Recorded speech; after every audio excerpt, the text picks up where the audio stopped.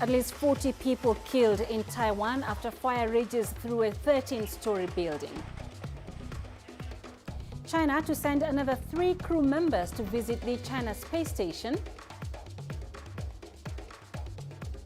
And Ebola vaccinations begin in DRC's Beni City as authorities track contacts of the latest patient. Hello and thank you for joining us on Africa Live. I am Peninah Karibe, also lined up this hour. In business, South Africa's agricultural sector hits a record high harvest season. And in sports, Kenyan Olympic athlete Agnes Tirop found dead at her home in Iten. We begin in Taiwan, where a fire at a 13-story residential building has killed 46 people and injured dozens more. The fire has been extinguished and authorities are investigating the cause of that fire. Earlier, firefighters were seen dousing the burning building with water. Local media reports the 40-year-old building includes around 120 households with shops on lower levels. The incident has occurred in southern Taiwan's Kaohsiung city. China will send another 3 crew members to its space station, including a female astronaut. Zhang Jian introduces us to the team. Zhai Zhigang, Wang Yaping, and Ye Guangfu will take off on the Shenzhou 13 spacecraft. They'll spend 6 months on China's space station. Zhai Zhigang is 55 years old. He's the first Chinese to conduct a spacewalk. The veteran joined the China National Space Administration's astronaut program in 1996 and was chosen in the first group of Chinese astronauts in 1998. He commanded the Shenzhou 7 space mission in 2008. 41-year-old Wang Yaping is China's second female astronaut, and she will be the first woman to board the Tiangong space station. Wang became a pilot at an Air Force Flight Academy in 1997. Then she joined the Astronauts Corps of the People's Liberation Army as part of China's second group of astronauts in 2010. Before that, no woman had been recruited. She became a well-known figure in June 2013 after traveling for 15 days on the Shenzhou 10 spacecraft.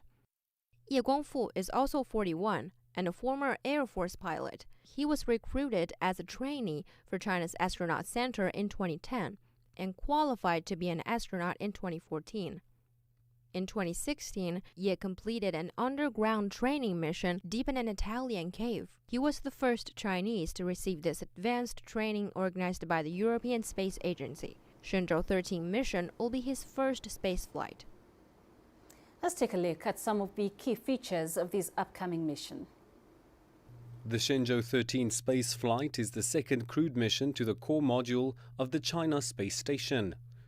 It will blast off from the Zhouqian Satellite Launch Center in the Gobi Desert. Like the Shenzhou 12, it will carry a crew of 3, but they'll be staying in space twice as long.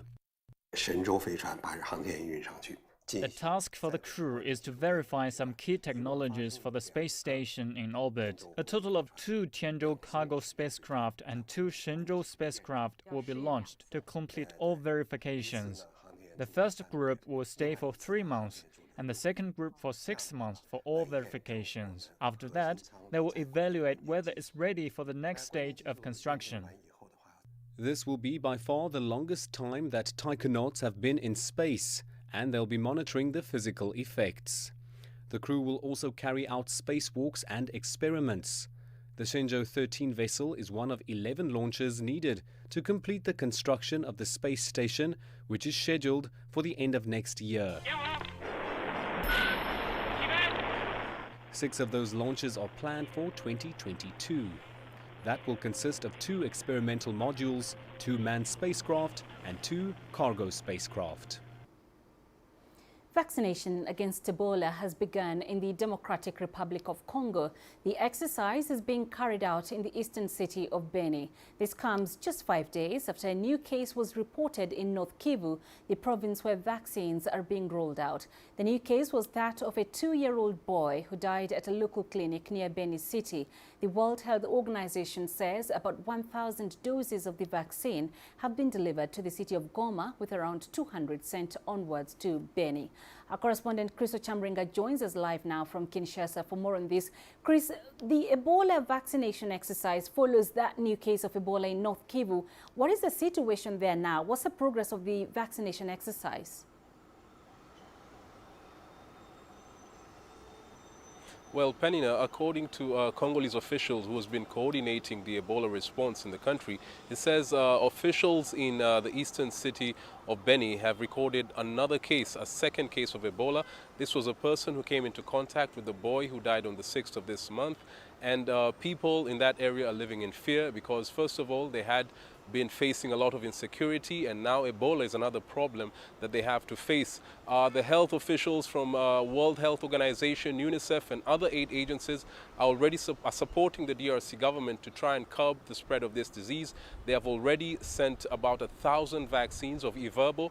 This is the vaccine, the Ebola vaccine that was used in previous Ebola outbreaks and proved very successful in ending the disease. And so they also they've identified 170 people who came into contact with that boy. They are monitoring them, and these are the people who are going to be given the vaccines along with the health workers in that area, so that they stop the spread of this disease, because Beni is near the city of Goma, the capital of North Kivu province, which is also close to Rwanda, and so they don't want to see this disease spread across the region. Peninah? And Chris, the DRC's battle with Ebola was declared over in May. How are the recent new cases being handled as compared to when the Ebola emergency had the attention of the world? Well, so far they're handling this Ebola case just like they did the previous ones. They're doing contact tracing, finding all people who came into contact with the boy and vaccinating them, giving them medicine to ensure that they do not spread the disease to other people. This area of the DRC, you know, has had very many cases of Ebola. The 10th Ebola outbreak in the DRC was the country's worst. There were more than 2,000 people who died in Beni, and so after that that outbreak, the international organizations that stood with the DRC government to end that outbreak decided to come up with a strategy to prevent future outbreaks. So they put in place a number of vaccines. There are about 12,000 Ebola vaccines that have been put in the DRC and been put aside to deal with these outbreaks. Health experts say that it's not unusual for sporadic cases to happen after a major outbreak, and so far they are handling it just like they handled the previous one. But like you mentioned, they're not going to get the kind of funding, you know, that they did before, because many countries are dealing with COVID-19, and so because they've only recorded 2 cases, it's not a big problem. The problem will arise when many cases of Ebola happen in the DRC with all the other epidemics that the country is facing. It will be a challenge because many donors are not in position to help like they did before. Peninah? All right, Chris, we appreciate that. Thank you very much. Chris Ochambringa live for us in Kinshasa. In Ghana, there are high hopes for the rollout of the malaria vaccine, which was successfully trialed in the country. Ghana's health ministry says at least 1 child dies every day of malaria. CGTN's Nabil Ahmed Rufai reports from Accra. Perpetual Owusu gave birth to her daughter nearly a year ago. Her child is now suffering from malaria, and she is worried about her health. My daughter cries a lot these days. She has a fever and high body temperature during the night. Malaria kills about 2,000 people in Ghana every year, nearly half of them children under the age of 5. Young children and pregnant women are the most vulnerable to the disease, which is caused by the bite of a female mosquito. There is no clinic where Perpetua lives. She says she has to travel a long distance to a hospital in another town whenever her daughter is sick. In 2019, Ghana was among 3 African countries that started testing the world's first malaria vaccine. More than 120,000 children from 6 to 9 months of age in some of the selected regions in Ghana have so far received 3 doses of the vaccine as part of the 3-year pilot program. Dr. Kwame Amponsa-Chiano led the pilot phase and says the vaccines prevented many children from getting malaria. The trials proved that it was effective moderately, as 4 out of 10 preventing malaria, 3 out of 10 preventing severe malaria. And I'm saying that in the real world, we've shown that even without the ideal conditions, it still works. And so if you are able to scale it up, then it gets to more people, and therefore the impact will even be greater. A final fourth dose of the malaria vaccine will be rolled out when the children who took part in the pilot phase are 2 years old. The World Health Organization says the vaccine can now be rolled out across sub-Saharan Africa. Ghana says it is ready to immunize children across the country when the vaccines are made available. We have demonstrated that it can be given because it's non-traditional to give 4 doses, okay? And more so when you are starting at 6 months. There's no vaccine originally that we start at 6 months. And so the people were skeptical, can it be given? And we have contributed in proving that it can be given. Ghana's National Malaria Control Program says the vaccine will not replace the use of treated bed nets and indoor spraying with insecticides. It is unclear when the malaria vaccine will be rolled out nationwide. Perpetual Owusu hopes the immunization begins soon, so she gets a chance to protect her daughter from another malaria attack. Nabil Ahmed Rufai, CGTN, Accra, Ghana.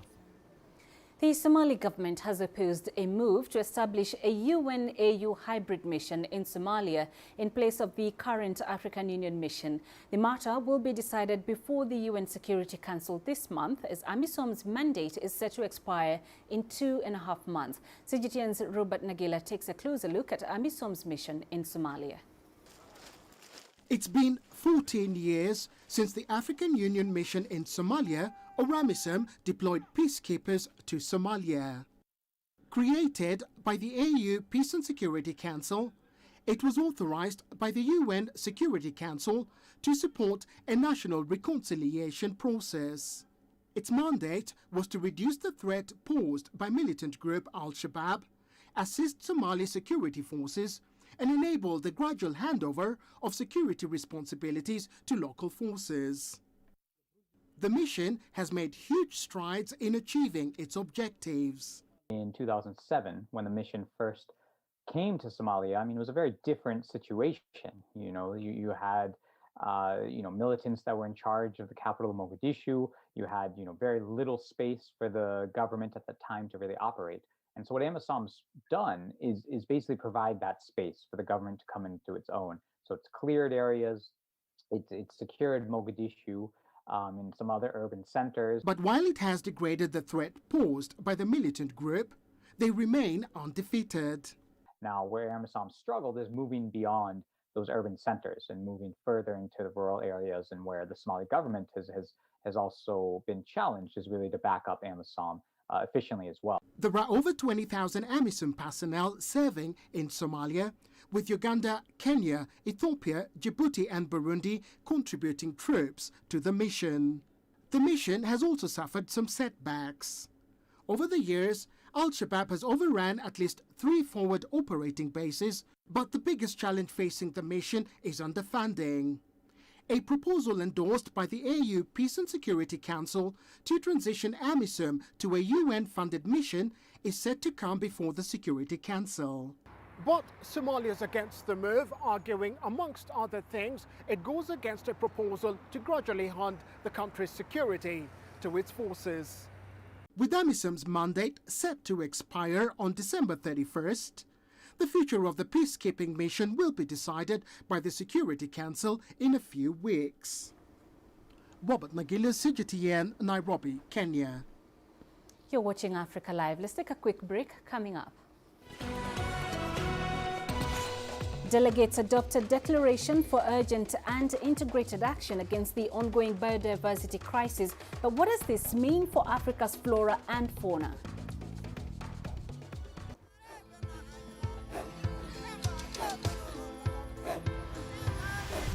Africa is a continent of diversity, with varied climate and enchanting geography, and a people so distinct, but with a shared enduring spirit. We are at the heart of the continent to bring you the untold stories. Let's have a look. We celebrate Africa as it shapes its own destiny. Djibouti, Tunis, Syria, Juba, Johannesburg, Ethiopia, Tanzania. Africa Live. Find your voice.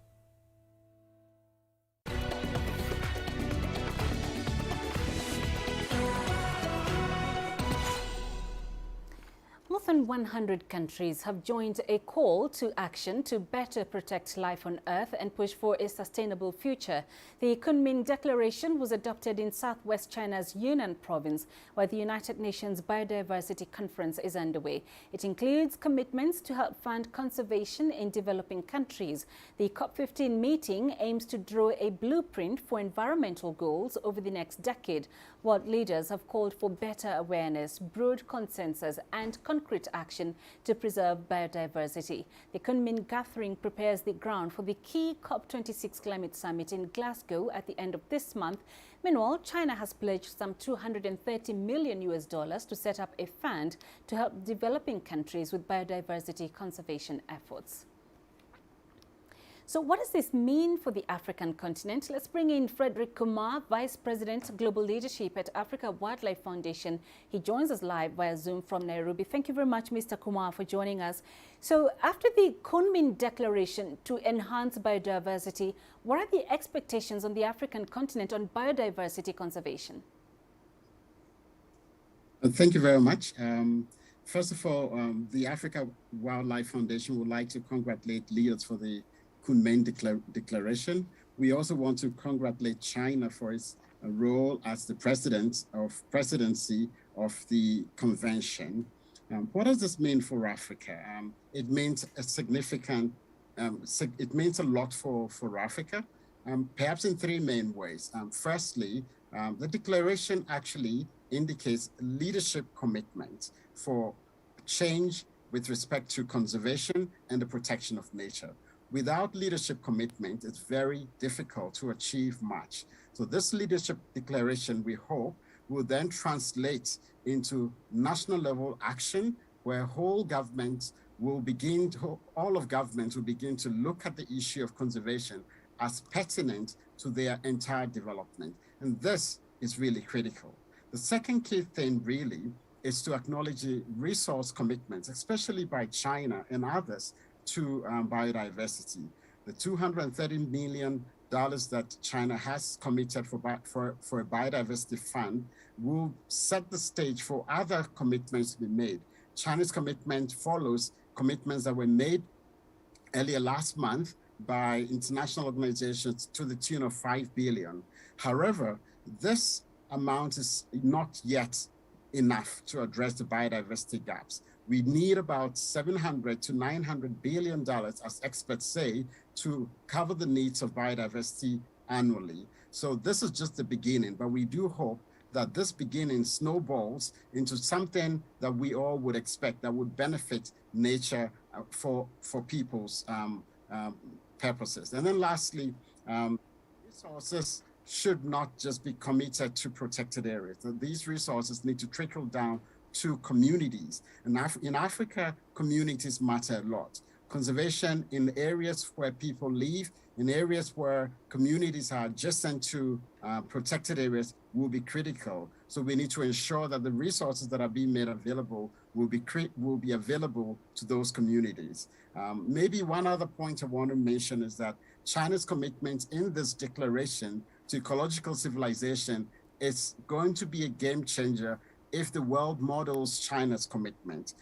The idea that the ecology is going to be centered to civilization could trigger a new way of developing economies. And that is critical because then that will ensure that the current approach to consumption and production will be rethought in the context of conservation. And hopefully we will reduce the threat to conservation because of that on this continent. Okay, so let's bring it home. Like you said, in Africa, communities really matter. So how is this declaration likely to improve the situation in Africa's efforts on conservation? So we do have over 8,500 conservancies and protected areas, most of which actually are centered around national parks. if the resources that have been made available are adequately made available to communities, then communities can use those resources to develop alternative livelihood means, and also be able to engage in ways that contribute to conservation. Many of the places where communities live would require restoration, so resources into restoration would be important, and communities can also engage in activities that further enhance conservation without impact to the ability to continue their means of livelihoods. All right, thank you very much for those insights, Mr. Frederick Kumar, joining us via Zoom in Nairobi.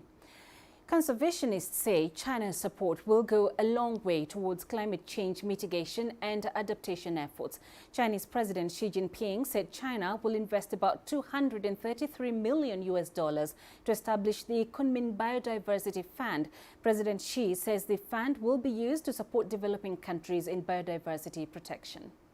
One is that China is stepping into a leadership role by China announcing that, as a host of a COP. Second, it's also significant because China, by per capita data, China is still a developing country, and this is a developing country stepping up to join other. In the past, our tradition usually to be developed countries put funding on the table where supporting developing countries, but this one is developing countries stepping up and encouraging other countries to join. You see, EU doubled their biodiversity fund. UK is putting more funding, and also the philanthropist last week announced about $5 billion in the next 10 years for biodiversity. So we can see the funding pledges coming up. However, the challenge we're facing for biodiversity loss, the funding gap is much bigger than that, $700 billion funding gap. For that, we need really to, first of all, reduce the harmful incentive investment, which usually account about $500 billion. And by reducing that, we reduce the financial gap, and then we would increase the Conservation Protection Fund, which is another $200 billion. As it faces food insecurity in parts of the country, Ethiopia is storing and preserving seeds to help overcome future food shortages. In the heart of the capital, Addis Ababa, is a seed bank where different varieties are stored for as long as 70 years with the potential to be planted when they are needed. The Ethiopia Biodiversity Institute is preserving over 88,000 seeds of different food species. CGTN's Coletta Wanjohi visited the seed bank where the Institute's crop and horticulture director gave us a tour. These women are sorting out seeds brought from the field. They were obtained from farmers after harvest. From here, they are fumigated for 15 days, after which they are aerated and taken to a second sorting session to remove impurities before they are counted, packed and taken to the drying room. After the required moisture content is checked, the seed will go to from the drying room to the germination test. In the germination test, we test the viability of the seed. If the seed's viability is more than 85% and enough seeds, we will store in the cold room. If only a few seeds are collected, they are put in this cold storage chamber of 4 degrees Celsius. After a year, they are taken back to be planted for multiplication and regeneration. The Institute says at -10 and -20 degrees Celsius, seeds can be preserved for up to 70 years and maintain their quality when replanted. This seed bank, as you know, this is the mother of the improved variety. If we don't maintain the local seed, we didn't get the improved seed. The improved seed are similar. If one seed is attacked by any disease, all damage, all crop failure will occur. The local seed are population. They have different seeds mixed up. If one seed is attacked by any disease, the other will survive. They also use as input for researchers. The improved variety will come from the local seed. Seeds that are put in the cold storage are called orthodox seeds, which can survive the drying and freezing process, and they include cereals and pulses. Not all seeds qualify to be preserved in this cold storage room. Some are preserved in the field as they grow, in what they call the field gene banks, and these include coffee, root crops, and fruit crops. The director says there are 5 such field locations across the country where about 5,000 seeds are preserved. The other 83,000 are here in this cold storage room in Addis Ababa. With more support and more knowledge to farmers on the importance of preserving local seeds, the Ethiopia Biodiversity Institute says it can preserve even more and lead the country to sustainable food production. Coletta Wanjohi, CGTN, Addis Ababa, Ethiopia. Conservation biologists in Nigeria are urging the government to do much more to stop the loss of biodiversity and mitigate the effects of climate change. Some species are disappearing fast in the West African nation, and vital ecosystems have been badly hit, according to experts.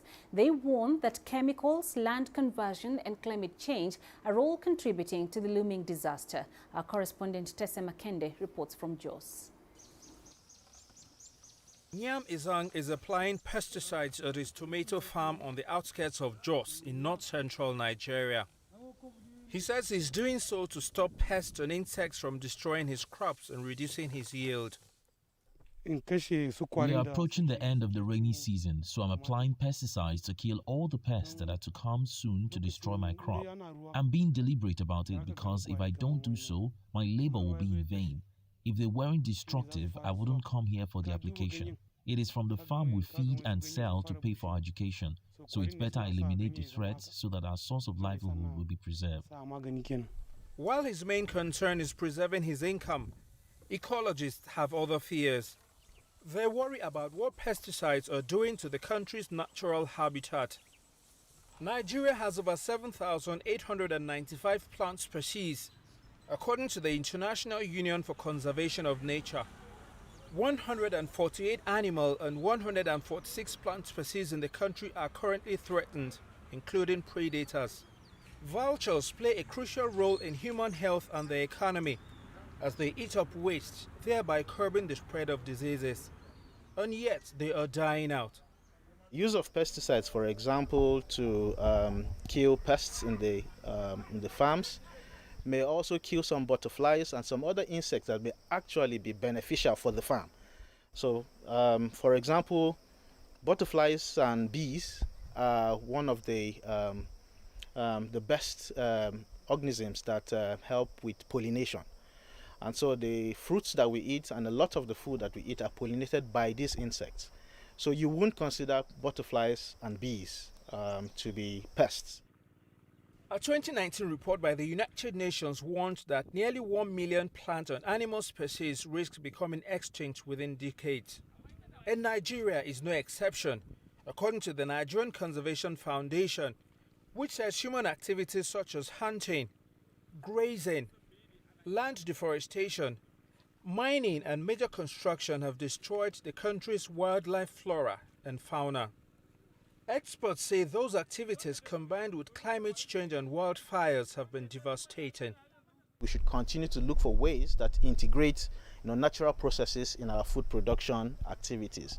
That way we can actually end up with a situation where we're able to feed ourselves, but not at the expense of the environment that actually allows us to survive. The Nigerian government says it has adopted several measures to protect plant and animal species in the country. Among those solutions are climate-resilient seeds. Officials say they supported more than 8,000 small-scale farmers in 11 states with these seeds, which have proven transformational. The seeds are high in nutritional value and designed to help farmers produce more and secure their incomes without having to use excessive fertilizers and pesticides.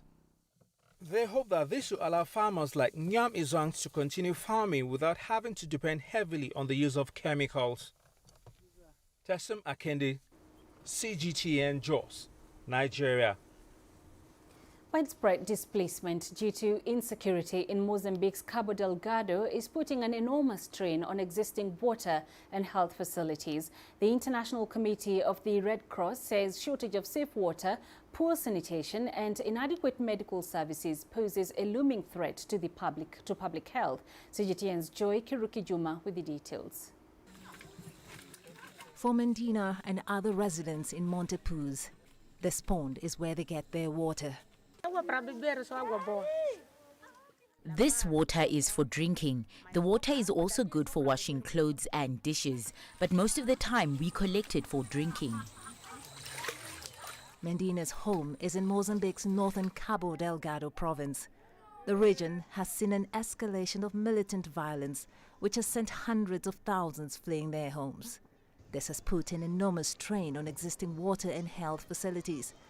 Recurring cyclones and floods had already damaged existing infrastructure.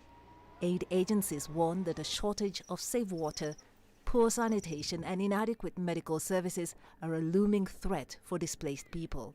People from all over the part of this town, with many IDPs, they have to walk up to an hour to fetch water from here. This is the only spring, and you can see it's an unprotected spring. There is washing going on, and you can really see here why, for instance, cholera is such a big issue in this town. The World Health Organization says there were 3,400 cholera cases in Cabo Delgado at the start of August. We spoke to people here who have been displaced multiple times in the past 12 to 18 months, and there is a very serious need to provide more support here in this area of the north of Mozambique. Diarrhea has become a major cause of death among children under 5. The situation is exacerbated by the fragile health infrastructure. ICRC says around 80% of health centers in the 9 most conflict-affected northern districts of Cabo Delgado are not functioning. The organization says it is working with local authorities to rehabilitate existing water and health infrastructure and to build new ones. Joy Kiruki Juma, CGTN. Coming up in business news. South Africa's agricultural sector hits a record high harvest season. And Canada's Barrick Gold extends its lifeline in the Democratic Republic of Congo.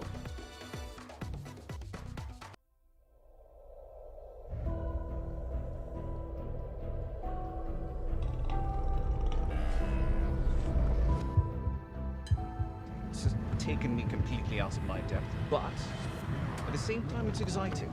It's new, it's different, it's a challenge. It's really exciting. Over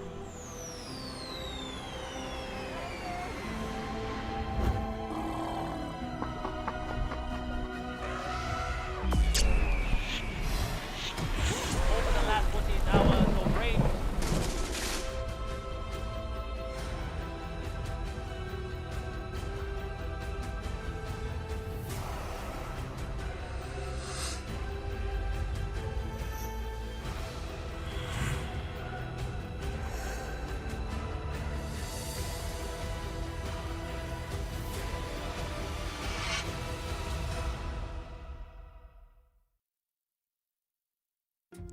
Africa is the nexus of enterprise, and global business will tell you why it matters. From the mega investment projects to multi-billion-dollar mergers and acquisitions. Africa today collects, just in terms of revenues from taxes alone, $545 billion a year. If you take 10% of that and you devote it to the energy sector, problem solved. All this on Global Business, weekdays at this time on CGTN.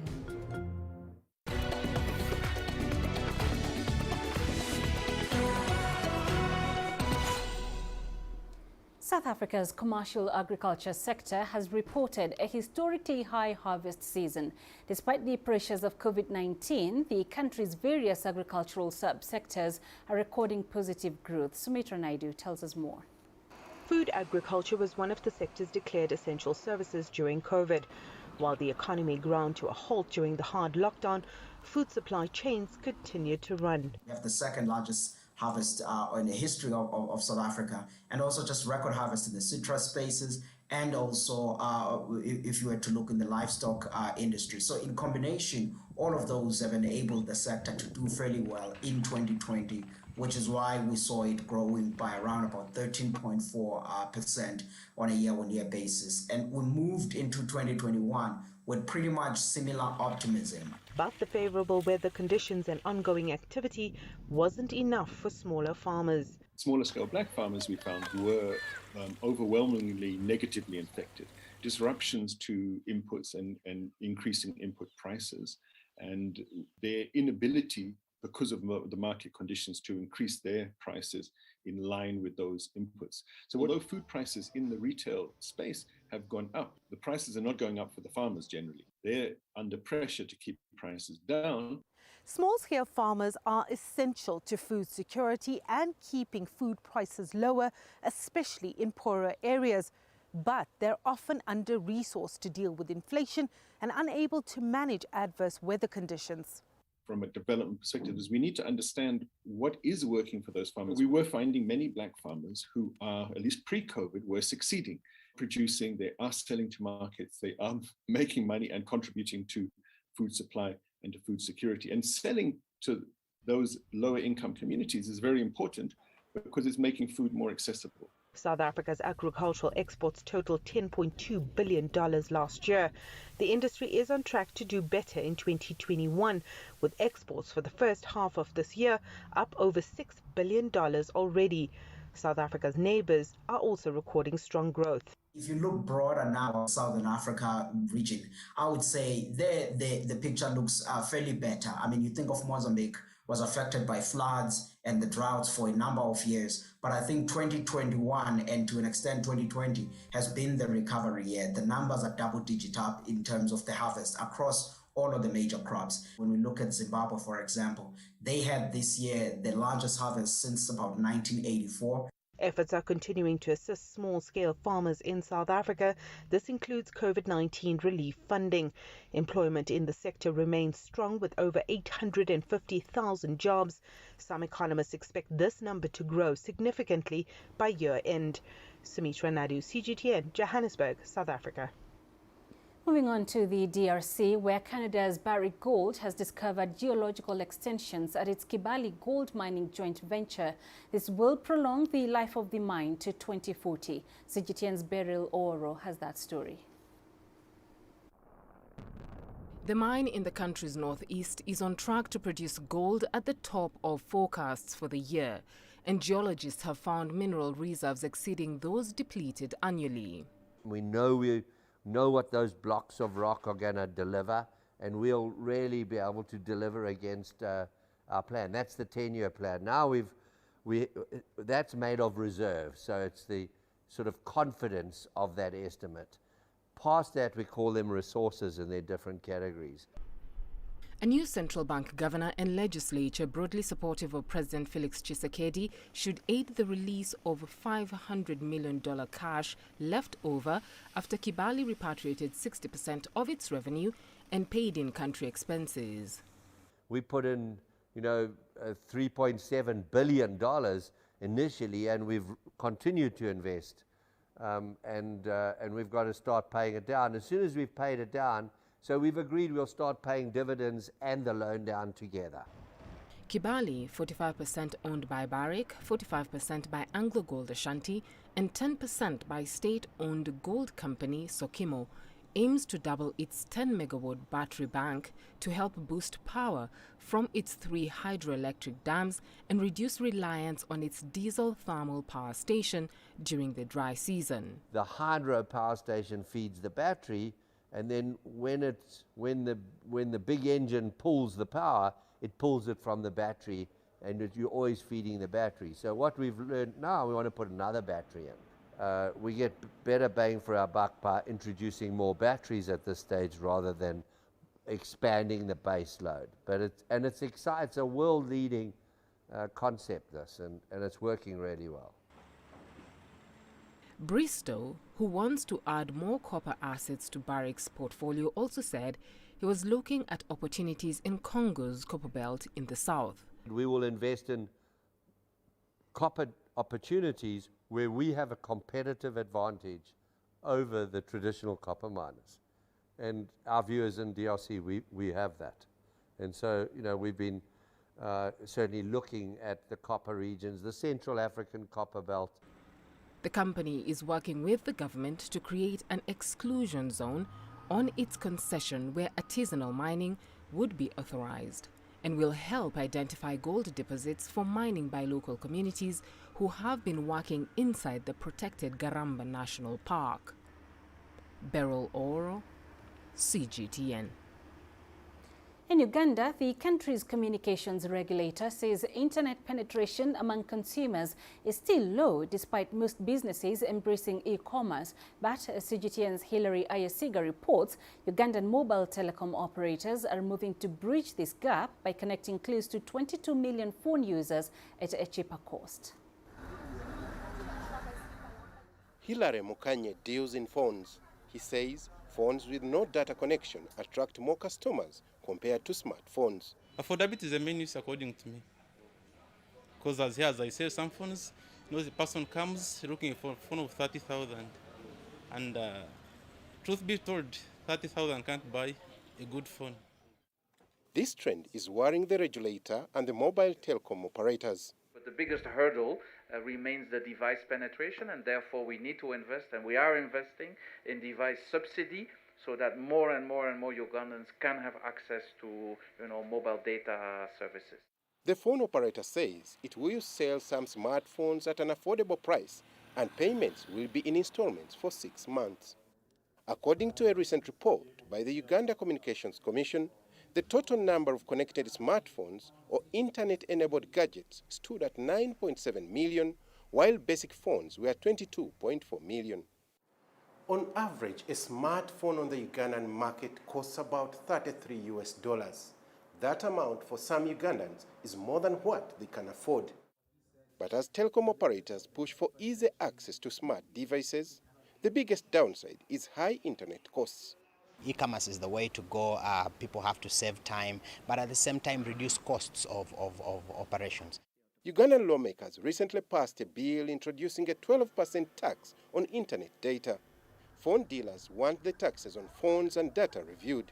The government can fix in their issues and policies concerning the taxes so that when the taxes are low, the prices can be affordable in the long run. But this may take some time as the country struggles to recover from the effects of the COVID-19 pandemic. Hilary Ayasiga, CGTN, Kampala, Uganda.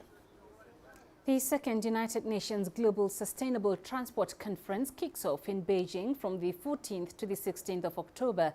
The conference provides an opportunity to focus attention on the opportunities, challenges and solutions towards achieving sustainable transport worldwide. Let's take a look at how China is doing in its bid to achieve this goal. The UN says the transport sector produces a quarter of direct greenhouse gas emissions. Electric vehicles could help reduce that, depending on how the electricity is generated. The market for electric vehicles is growing. Almost as many were sold around the world in the first half of this year as the total for 2020. The highest sales were in China, where there was a 200% year-on-year increase. From January to August, sales of electric vehicles worldwide showed a high growth rate, with the global total reaching more than 3 million units, an increase of 150% year-on-year. The total number of electric vehicles sold in China has also seen an explosive growth, reaching 1.65 million units, accounting for half of the global share. The rapid expansion of the electric vehicle market in China is mainly due to active encouragement from the government. From January to September, 34% of sales were small mini cars, and 30% were medium-sized cars. We have made a big breakthrough in the main market of medium and large EVs with high technology. And while a second family car, or in small and medium-sized cities and counties, small cars are performing extremely well. So we have a comprehensive development of both the high and low end of the market in China, which is driving the strong performance of the whole Chinese EV market. Cui says with China's commitment to reach peak emissions by 2030, the traditional car market will gradually shrink. There are still challenges like chip shortages for high-end cars. But with demand growing and the tilt of policy, opportunities are much bigger than challenges. You're watching Africa Live. Still ahead. A South African artist is helping to clean up his neighborhood by using trash to create beautiful home pieces and accessories. The greatest journeys, the greatest sights, the greatest adventures. Here in Peninah, this weir allows the locals to walk on water. We're far more than just TV news. We're your passport to the wonders of Africa. To bring you stories of struggle, survival and hope.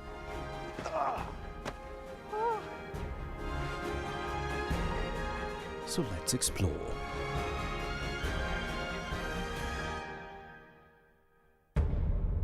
CGTN.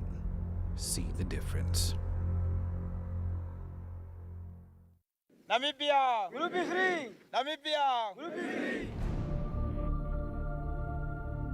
When the enemy advance, you retreat. When the enemy retire, you attack. This is precisely what we did. Sam Nujoma is very deserving of the role of icon of the Namibian liberation struggle. There's no doubt of that.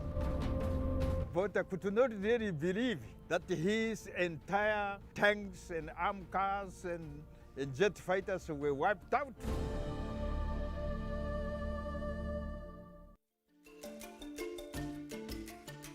Africa Live.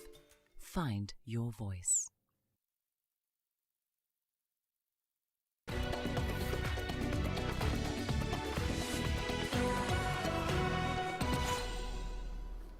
A South African artist is helping to clean up his neighborhood by using trash to create beautiful home pieces and accessories. Sile Shabangu has found purpose for both discarded soda cans and non-indigenous trees, which can upset the biodiversity of an environment. CGTN's Julie Shire takes a look. Talented artist and designer Sile Shabangu runs his self-funded workshop in the midst of the rolling hills of Mpumalanga Township. It's here that he creates African-styled ornaments and jewelry from trash lying around. Women who collect cans in the community, they bring them here and we pay them more than what they actually get from the scrap dealers. And they benefit and we also benefit because we bring value to that waste. So all these cans that they collect were just cans. Now we turn them into artworks and beautiful crafts that we can resell. Shabangu created a makeshift foundry to melt the aluminium cans and repurpose them. We crush them and we put them into our foundry.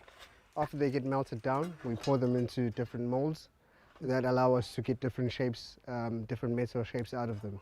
So basically this can get turned into something like this. This is a African wood-inspired walking stick. It's a modern type of walking stick. He's added wood from invasive species trees to his designs. So instead of just cutting it down and turning it into firewood, we might as well turn it into something valuable. So we make these trays. These are bases for clocks, a small clock, and coasters as well. So it's not only good for us, but it's good for the environment. Shabangu has big ambitions for his business despite a slowdown through the lockdown. He's hoping a move to the lowest level of lockdown will change this. We're going to need help from small businesses as well as government to actually just push us through. There will always be rubbish, there will always be waste, and there will always be unemployed people. So it's a no-brainer that you get unemployed people to turn waste into something valuable. Most of South Africa's trash still ends up in landfills, but artists like Shabangu could help keep trash out of dumps, which in turn could create much-needed jobs. Julie Shara, CGTN, Cape Town, South Africa. You're watching Africa Live. Coming up in sports. Kenyan Olympic athlete Agnes Tirop found dead at her home in Iten.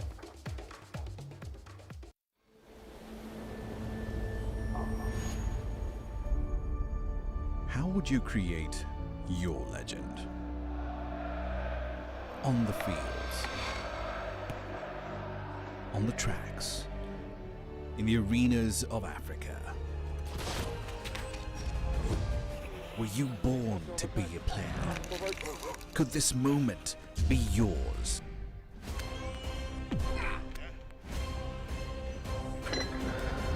sportsy.